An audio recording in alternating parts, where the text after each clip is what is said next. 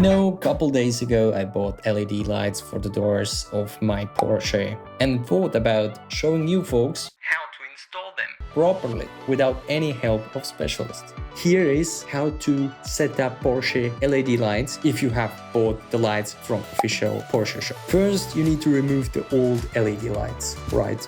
You can either do that with a credit card or maybe something less important, or with the flathead screwdriver, which is what I do here. Anyway, you can actually do the mount with the card as well. All you need is just enough solid object to push out the old LED light in the gaps in between.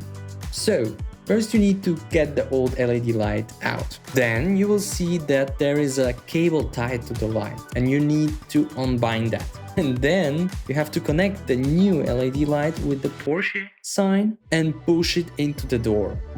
Then you have to connect the new LED light with this cable and at the very end push it into the door. The door is very stable and should not break if you press a little bit harder.